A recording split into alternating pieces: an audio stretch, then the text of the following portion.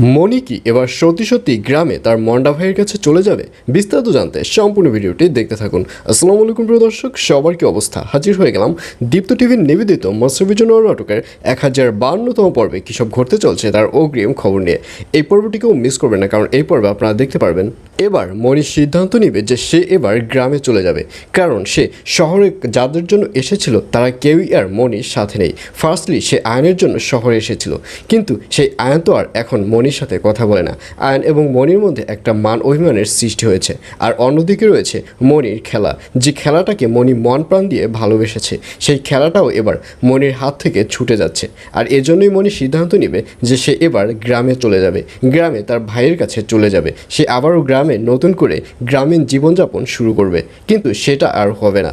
কারণ মনি যখন গ্রামে যাওয়ার জন্য ব্যাগ বাটোয়ারা সব কিছু গুছগাছ করবে, ঠিক তখনই ওখানে তুতুল এবং সাগর এসে হাজির হবে এবং তারা রাহেলা ম্যামের ওই ভিডিওটি মনির হাতে দিবে এবং মনিকে বলবে, যাও এবার ক্রিকেট বোর্ডে গিয়ে সবার কাছে গিয়ে এই প্রমাণটি দেখাও, আর তুমি যদি এই প্রমাণটি দেখাতে পারো তাহলে তোমাকে কিছুতেই খেলা থেকে বাদ দিবে না।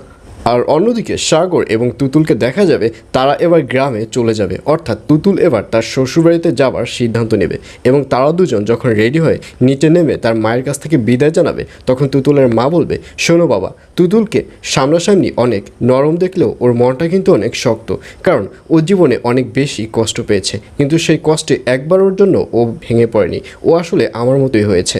তখন সাগর বলবে, জি আপনি যেটা বলেছেন একদম ঠিক কথা বলেছেন, তুতুলের মতো কষ্ট যদি আমি পেতাম তাহলে আমি অনেক আগেই শেষ হয়ে যেতাম।